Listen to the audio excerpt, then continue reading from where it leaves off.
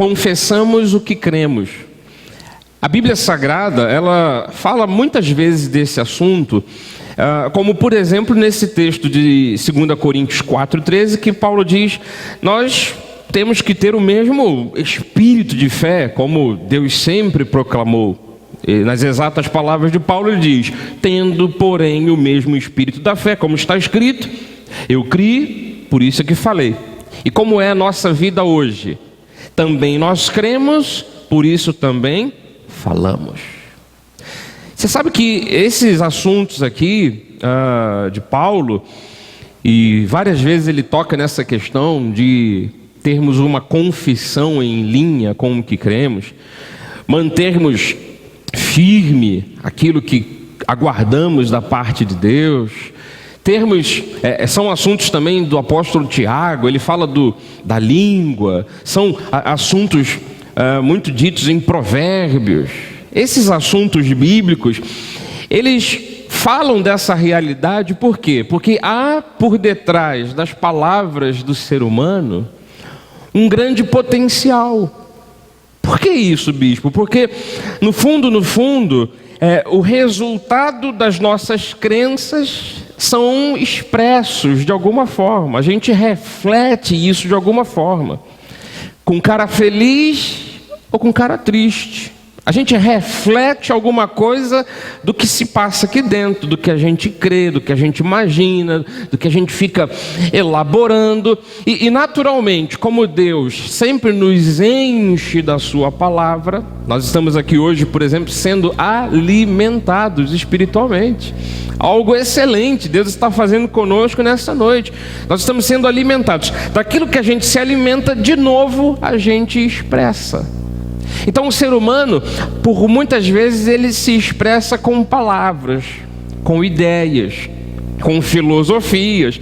E é por isso que tudo que a gente fala tem que estar de acordo com aquilo que Deus já nos encheu. Se cremos em algo da parte de Deus, assim falamos. A Bíblia toca muito nesse assunto porque por detrás das palavras de um crente, quando ele faz um uso correto da sua língua, né? Não é o crente usando a boca de qualquer maneira, mas assim, por detrás das palavras de um crente, quando ele faz uso correto da sua linguagem, das suas palavras, talvez a gente consiga ver a maior expressão de fé cristã. Porque eu posso fazer muitas coisas, mas quando eu falo daquilo que eu estou vivendo, quando eu testemunho daquilo que Cristo operou na minha vida, isso tem um poder de tocar o coração da outra pessoa, de convencer a outra pessoa de até mesmo me seguir.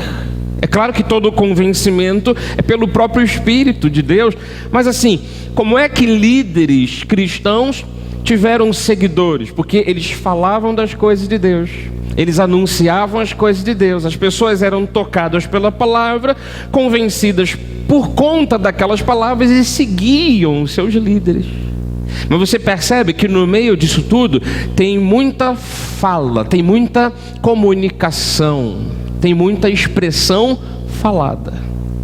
E é claro que quando você não é um líder religioso, não é um líder de outras pessoas, quando você às vezes está no seu momento você está sozinho, às vezes trabalhando, cuidando da sua casa, você talvez não tenha muita gente para quem falar coisas, né? E mesmo assim a gente fala sozinho, né? Quem já teve essa experiência, né, de falar sozinho? Às vezes a gente fala sozinho direto, mas assim, às vezes sai pela boca as nossas palavras. Você sabe que nesses momentos todos, a nossa confissão, a nossa fala, a nossa língua, ela tem que estar muito bem alinhada com aquilo que a Bíblia proclama. Então, do que eu creio, eu falo. Confessamos o que cremos.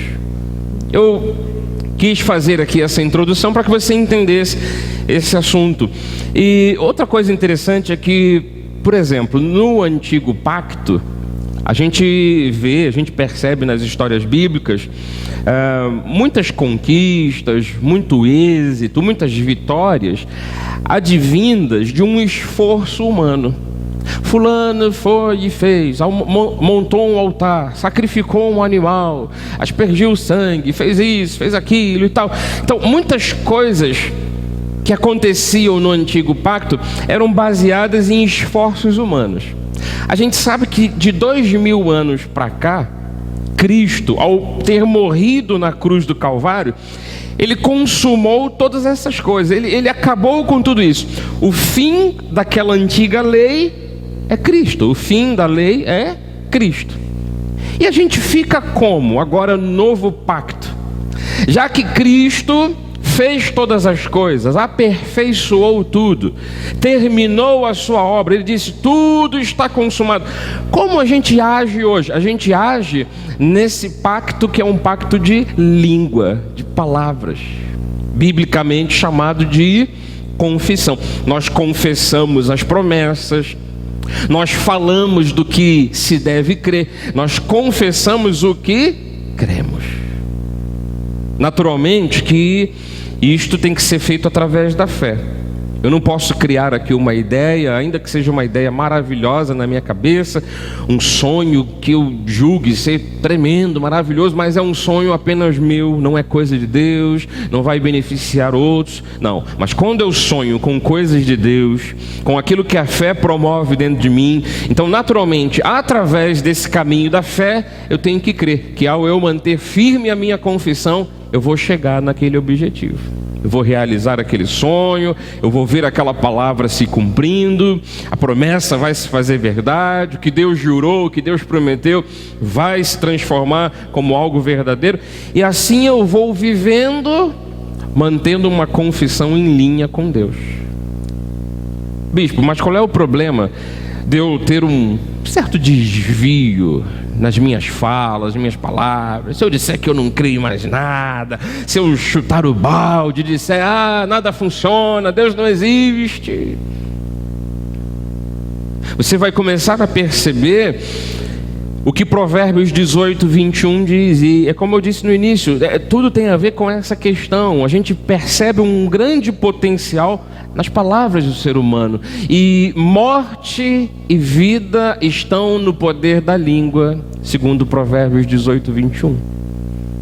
Mas você percebe que o texto diz assim, o que bem a utiliza, a pessoa que utiliza bem a sua língua, as suas palavras, a sua confissão, come deste fruto.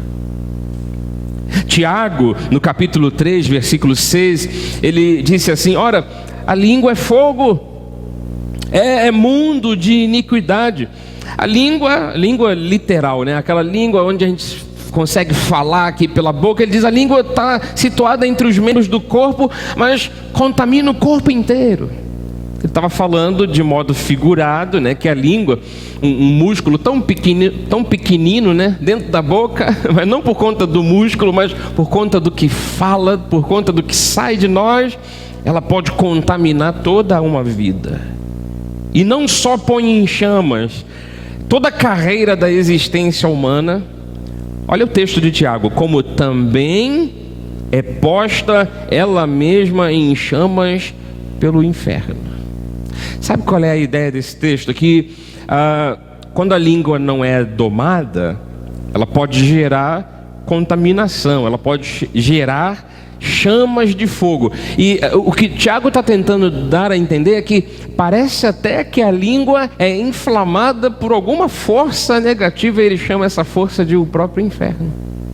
É como aquele caso em que a pessoa não consegue controlar a língua, não consegue controlar a boca, né? Aí a pessoa depois quebra a cara e ela diz, eu e minha boca grande.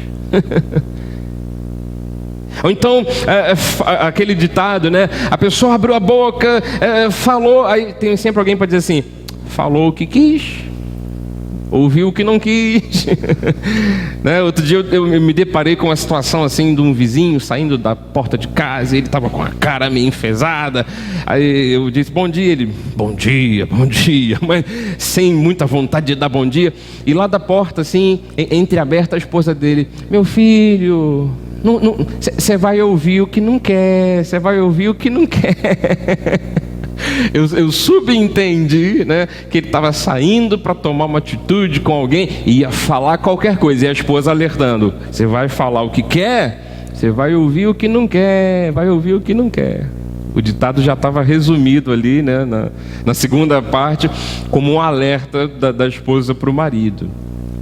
Na verdade, o grande poder que há nas palavras, ele é fruto de como está o nosso coração. Porque veja bem, soltar simples palavras ao vento, a gente tem uma ideia de que isso não tem um grande poder. Mas onde está o potencial disso? É que quando eu penso aqui dentro no meu coração, eu organizo os meus sentimentos, sejam sentimentos bons ou maus, é que o resultado disso são ações e muitas das vezes palavras. Então, na verdade, o grande poder que está por detrás das palavras é fruto de como está o nosso coração, de como ele está enxergando a vida. Porque as palavras que você diz, elas refletem o que se passa dentro de você. O próprio Jesus disse isso em Mateus 12:34, ele diz: porque a boca fala do que está cheio o coração. Olha o 35. O homem bom, no entanto, do tesouro bom, o homem bom tira do tesouro bom coisas boas, mas o homem mau do mau tesouro tira coisas más. Então, conforme está o nosso tesouro aqui do coração, conforme a gente está enxergando a vida, ou de forma positiva, ou de forma negativa, se a gente leva a vida com bastante leveza, com amor, com perdão, se a gente procura enxergar uma vida com mais esperança, a nossa boca vai falar daquilo que o nosso coração está cheio. Agora, se eu levo a vida cheio de invejas, cheio de ciúmes, cheio de sentimentos, negativos, e se alguém passar na minha frente, eu vou passar por cima e tal, eu vou acabar me pronunciando e falando daquilo que o meu coração está cheio. Eu vou, de certa forma, comer desse fruto, comer desse resultado. Por exemplo, quando uma pessoa tem aquela maniazinha de falar mal dos outros. Estou chamando de mania, mas não é mania. Quando a pessoa tem aquele costume, né? É porque uma vez alguém me disse assim: pastor, eu tenho uma mania, eu vivo falando mal dos outros. Eu falei: isso não é mania, você é fofoqueira. Não é mania, né? A pessoa criou um hábito. Porque se eu digo que é mania, poxa, eu tenho uma certa mania, uma pequena doença, eu sou doente, eu não tenho culpa de ser fofoqueiro, mas quem é fofoqueiro é por conta própria. Sabe essa questão de falar mal de outras pessoas? Às vezes de uma fofoca, e a fofoca ela tem vários aspectos, né? Porque fofoca, a princípio, seria só coisa de você espalhar um assunto. Mas a gente tem a tendência muito grande de pegar um assunto, distorcer ele, né? Colocar mais pimenta, colocar mais lenha naquela fogueira e depois espalhar. Então a fofoca não é só fofoca. Mas assim, da fofoca à calúnia, ao falso testemunho. A pessoa às vezes está num local sério, diante de um juiz, e ele dá um falso testemunho, ele conta algo falso, ele dá provas falsas contra alguém. Desde a pequena fofoca até as calúnias, ao falso testemunho, tudo isso não é só um problema aqui da boca, é um problema seríssimo do coração. Quantas pessoas, elas perdem coisas na vida, perdem grandes oportunidades porque não seguraram o ímpeto do coração. A pessoa tem raiva, ela tem nervosismo, e aí depois ela diz: você não sabe de nada, quem sabe tudo aqui sou eu. Isso aqui é o empregado falando para o patrão. Qual é a resposta do patrão? Está demitido. Então muita gente perde oportunidades na vida porque não segura a língua, mas não segura aqui dentro, né, o ímpeto do coração. E a gente precisa ter uma boa vida, a gente precisa ter dias felizes, a gente precisa viver a vida, conforme Pedro disse, 1 Pedro 3, amando a vida. Só que ele disse no sentido da pergunta: quem quer amar a vida? Quem quer ver dias felizes? Todos nós queremos amar a vida, ver dias felizes. A resposta dele foi certeira: refreie a língua do mal, evite que os seus lábios falem dolosamente. Você falar alguma coisa dolosamente é você falar com intenção. Não, eu vou botar pimenta nisso aí, eu vou botar lenha nessa fogueira. Já ficou sabendo da última? E essas frases são frases de gatilho, né? São frases isca. Você está sabendo? Não, tem uma que é boa, que é assim, frase gatilho, né? Que aguça a atenção do... Nem te conto. Pronto. Você diz assim, nem te conta. Aí a pessoa diz, conta. Eu confesso que por uma ou duas vezes eu já consegui me concentrar antes da pessoa, antes de eu responder diferente. Eu consegui uma ou duas vezes na vida. Para tu ver, eu tenho 43 anos. Eu acho que uma ou duas vezes eu consegui. Quando a pessoa diz assim, nem te conta, tá bom. Ela diz, que isso? O que você vai embora para quê? Você disse que não me conta, então não me conta. Mas das outras centenas de vezes eu disse, o quê? Não resisti. Então às vezes começa no nem te conto. E a pessoa vai, né, contando toda uma história. E agora temos esse fenômeno, né, das notícias falsas, né? Porque a gente não fala só com a boca, a gente fala pela internet, a gente fala pelo celular, a gente fala pelo WhatsApp.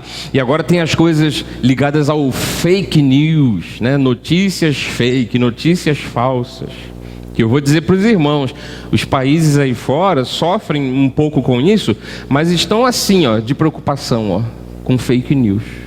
O Brasil, ainda mais que está chegando a eleição, o Brasil está assim, de preocupação com fake news. Sabe por quê? Porque nós brasileiros, vamos assumir isso aqui, eu assumo a culpa, inclusive, nós brasileiros temos uma cultura de votar em quem tem mais banner espalhado. Mas agora já proibiram os banners, bispo. Sim, mas a gente brasileiro, a gente faz assim, eu não vou perder o meu voto, eu vou votar em quem estiver ganhando, mas só ganha quem você quer que vote, quem você quer que entre, né? E qual é onde está a nossa visão de quem está ganhando? Do que o Ibope diz, do que o IBGE diz, do que as pesquisas dizem. Aí vem um fake news, né? Ou então pelo menos a desculpa do fake news, e os políticos ficam doidos, dizendo, olha, quem realmente está no topo, isso aí é mentira, isso aí é fake news. Só que quando alguém diz que é fake news, na maioria das vezes, é fake news do fake news. Então fica a dica para você, não vote em quem mais está aparecendo, não vote em quem está ganhando, não vote em quem a emissora tal apoia, o outro grupo apoia. Vote em quem você acha que tem uma boa proposta de governo.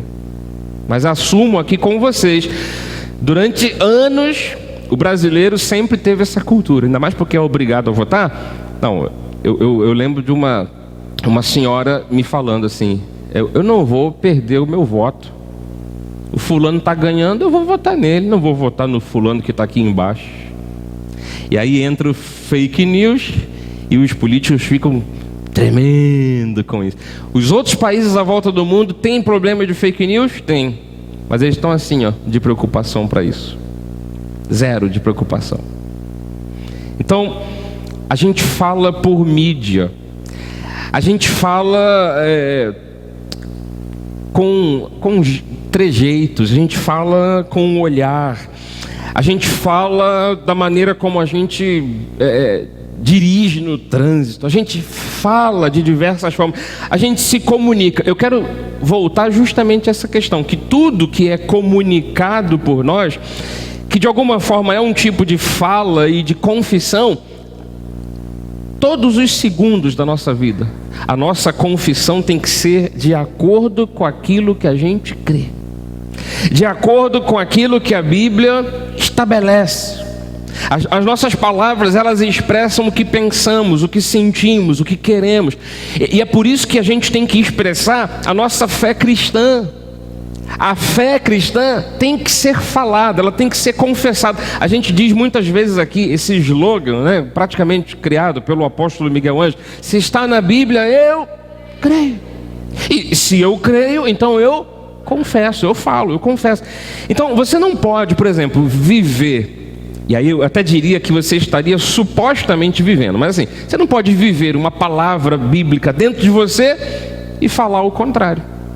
Eu até acho, particularmente, que quando uma pessoa diz assim: não, eu creio que eu vou vencer, porque em Cristo sou mais que vencedor. Aí depois sai daqui da igreja e diz lá para fora, para um cara que está lá no ônibus, na van, não sei, não, está tudo ruim, dessa vez não vai, eu acho que eu vou para o brejo. Eu acho que no fundo a pessoa não está vivendo de verdade. Mas assim, se a gente está em busca de um crescimento espiritual, se a Bíblia diz, eu creio, e se daquilo que eu creio eu falo, eu tenho que afirmar e confessar aquilo que a palavra diz e não me desviar nem para a direita nem para a esquerda do que a palavra diz. A gente tem visto aqui nos últimos cultos mensagens, por exemplo, de Romanos 8:28, que diz assim: sabemos que todas as coisas cooperam para o bem daqueles que amam a Deus, aqueles que são chamados segundo o seu propósito. A gente entende esse versículo dessa forma: Deus nos chamou, Deus nos deu um destino, um propósito, e se foi Deus que fez isso, então, mesmo aquilo que é negativo, mesmo aquelas peças do quebra-cabeça que parece que não se encaixam, mesmo aqueles momentos de tribulação da nossa vida, mesmo aqueles momentos de aperto, Deus pega as peças boas, as peças ruins, os dias bons, os dias maus, mas como Ele criou um propósito para nós, como o destino, quem escreveu foi Deus, Deus não vai deixar a tua vida ser um quadro, né, de destruição. Deus vai mostrar, ainda que lá no final das contas, isso pode ser não agora, mas pode ser no fim da sua vida, sabe, você olhar para trás e dar esse testemunho: olha, em tudo eu vi a mão de Deus, nos momentos mais difíceis eu vi a mão de Deus. Então, como é a nossa confissão, ou melhor, como deve ser a nossa confissão num momento de peso, num momento de angústia, num momento de sofrimento?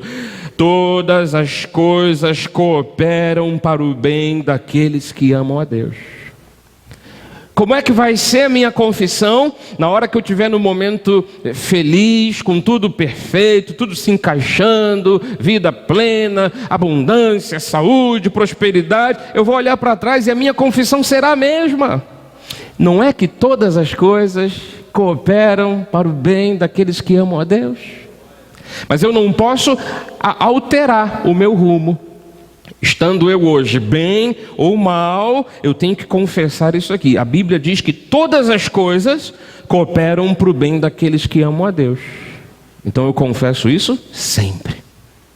Confessamos o que cremos. Olha outra passagem bíblica tremenda. 2 Coríntios 2:14. Só a primeira parte aqui, né? Parte A. Graças, porém, a Deus, que em Cristo sempre nos conduz em triunfo. Já expliquei 1000 vezes, né? Vou explicar a 1000ª vez aqui. Ser conduzido é ser carregado. No triunfo ou em triunfo é no momento de vitória.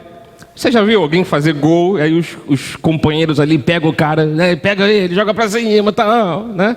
Então eles estão festejando o momento do gol, o momento do triunfo. E no que diz respeito aos antigos reis, antigos comandantes, eles voltavam da guerra vencedores, às vezes todo lanhado, todo machucado, maltrapilhos, sabe, feridos, mas eles tinham sido vencedores. Tomavam, às vezes nem dava tempo de tomar aquele banho e tal, mas o pessoal botava eles em cima de um carro, passeavam por toda a cidade, carregando, ou seja, conduzindo aquela pessoa no seu momento de triunfo. O que simboliza ser carregado no momento de triunfo? O que isso é resultado do quê? Que efetivamente, que de verdade o indivíduo foi lá para a guerra e venceu, certo? Quando a palavra diz que nós somos sempre. Uma palavra só, uma palavra no meio do versículo é chave de muito contentamento. Quando o texto bíblico diz que em Cristo sempre Deus vai nos conduzir no triunfo, que significa dizer que Deus sempre vai dar um jeito de fazer você vencer. Se você não venceu certa batalha, é porque aquela batalha não chegou no fim. Se você foi abatido, Paulo disse, abatidos, mas não destruídos. Então, como é que vai ser a minha confissão no momento em que eu acabei de chegar da batalha, vencedor, aquele recurso saiu, a resposta veio, fulano se converteu, minha casa está uma bênção? A minha confissão vai ser essa. Não é que diz o texto lá de Coríntios, Cristo sempre nos conduz em triunfo? Eu vou falar disso alegremente. Agora, eu não posso mudar o meu discurso quando eu estiver no meio da batalha. Bispo, estou enfrentando aí uma guerra, uma batalha, está difícil, está apertado, está angustioso. Olha, às vezes eu fico quase que desesperado, mas bispo, estou confiando naquela palavra que diz que Cristo vai me conduzir ainda no meu triunfo, porque diz que sempre me conduz. Não é isso que diz, bispo? Isso sim, eu vou dizer amém para você. A tua confissão tem que ser a mesma. Olha o Filipenses 4,13. Paulo falava aqui de como levava a vida. Às vezes ele estava diante de reis, às vezes ele estava preso no calabouço dos reis, ou lá comendo com os reis, ou então recebendo, desculpa aqui a visualização que você vai ter, mas quando ele era preso lá no cárcere inferior, ele ficava preso num local onde o pessoal passava, o lixo caía todas as porcarias ali. Para não dizer fezes, xixi, essa coisa toda, né? Então, ele estava às vezes diante dos reis e às vezes diante lá da sujeira.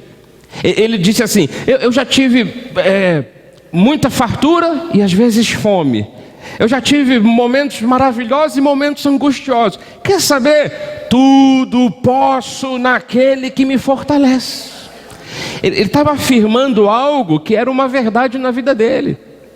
Então vamos trazer para a prática como é que vai ser a nossa confissão daquilo que a gente crê. Por que eu devo confessar o que eu creio? É que quando eu estiver lá no cárcere inferior, lá no pior momento da vida, no fundo de um poço, e esse fundo do poço é nos sentimentos, né? Às vezes aqui na alma, porque os recursos findaram, a porta se fechou, aquela pessoa amada foi embora, a família está toda cheia de confusão. Fundo de poço é isso, né? Igual eu vi outro dia um pastor na televisão, assim, um programa no horário nobre, fez um poço de papelão, muito bonitinho, assim, cenográfico, com um baldinho, a cordinha. Ele disse, se você estiver lá no fundo do poço, as pessoas ficam brincando de evangelho. Enquanto que estar no fundo do poço é lá nas angústias, né? Você tem que assumir essa palavra aqui. Senhor, eu vou aguentar esse fundo de poço, porque tudo posso naquele que me fortalece. A tua confissão é uma só. Você confessa o que crê. Na hora que você for erguido, na hora que você estiver por cima, na hora que você estiver feliz, na hora que você estiver suprido, na hora que você estiver diante dos reis, você vai poder dizer, não é verdade que quem me fortaleceu e me tirou lá da podridão, do fundo do poço, não foi o Senhor? Então eu tudo posso naquele que me fortalece. Diante daquilo que é bom ou ruim, nos altos e baixos, a minha confissão é a mesma. Eu não me altero. Deus é assim, Deus não muda. Deus não varia, Deus é sempre o mesmo. Olha 2 Coríntios 5:7. Visto que andamos por fé e não pelo que vemos.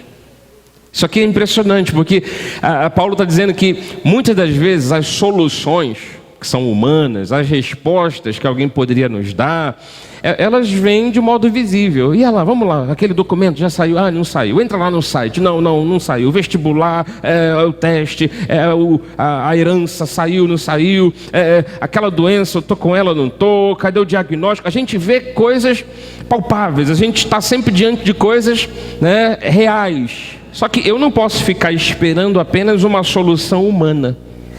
Eu não posso ficar aguardando apenas uma resposta humana. Então eu tenho que andar por fé. A definição de fé é assim: você vai ver o que você ainda não está vendo. Então quando eu obtenho a resposta, bispo, tinha aqui uma chaga e Deus curou.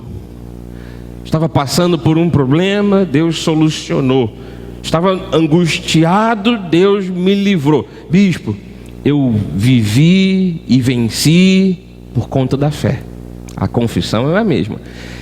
Vamos mudar, virar o outro lado da moeda. Naquele momento em que você está vivendo o sentimento mais negativo, naquele momento que você está passando o maior aperto, a tua confissão não pode mudar.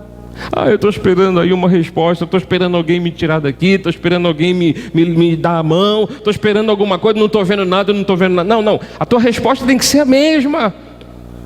Senhor, eu não estou vendo nada, mas eu vou viver pela fé. Eu vou andar por fé e não pelo que vejo naturalmente. Amado, dê lugar ao Espírito Santo para que Ele trabalhe isso na tua vida. Algumas vezes será necessário você até mesmo se calar para não falar algo contraditório, né, à vontade de Deus. Peça que Deus coloque as palavras certas na tua boca. Porque a gente precisa ter essa expressão que vem lá do nosso coração. Se o nosso coração é crente, a gente vai confessar aquilo que a gente crê.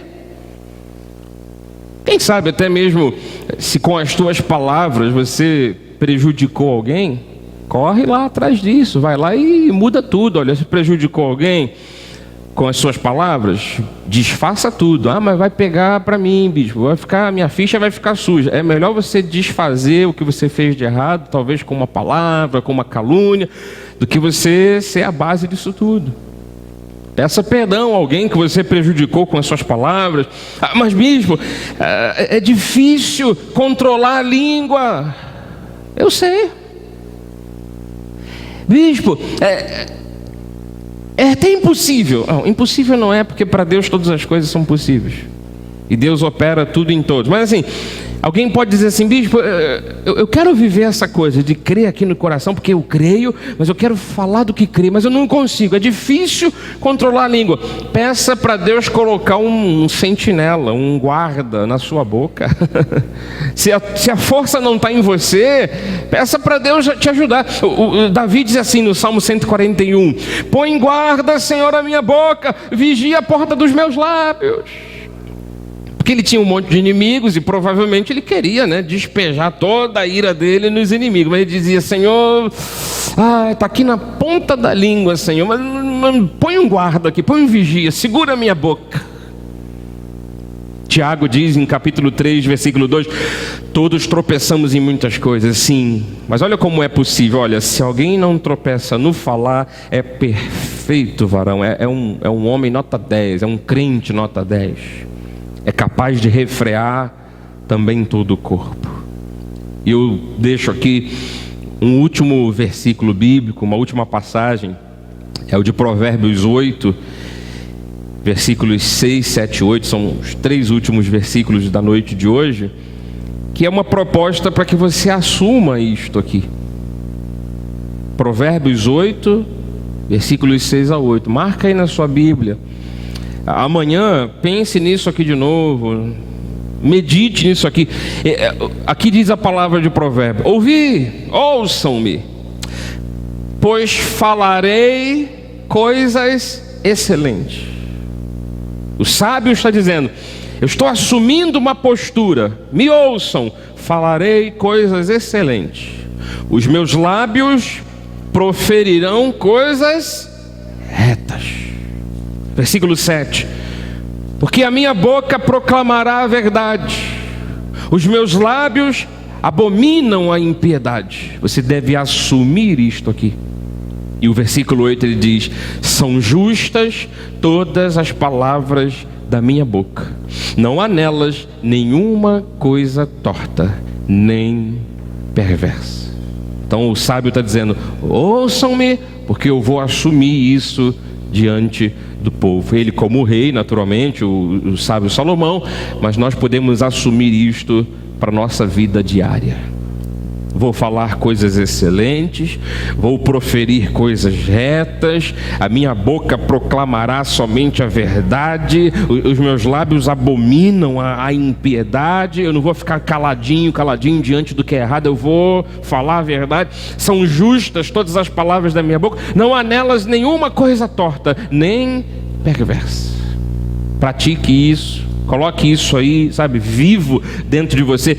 Pense com a mente de Cristo, creia em Deus com todo o seu coração, tenha confiança naquilo que a Bíblia diz, que você é amado de Deus, é uma pessoa saudável, é cabeça e não é cauda, é abençoado, e confesse apenas isto. A Bíblia diz, nós cremos, do que cremos nós falamos, que seja essa a nossa conduta. E você vai ver o resultado positivo disso, você vai comer do fruto dessa boa confissão.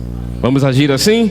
Confessando sempre aquilo que nós cremos. Em nome de Jesus, assim seja, assim disse o Senhor. Aleluia. Glória a Deus.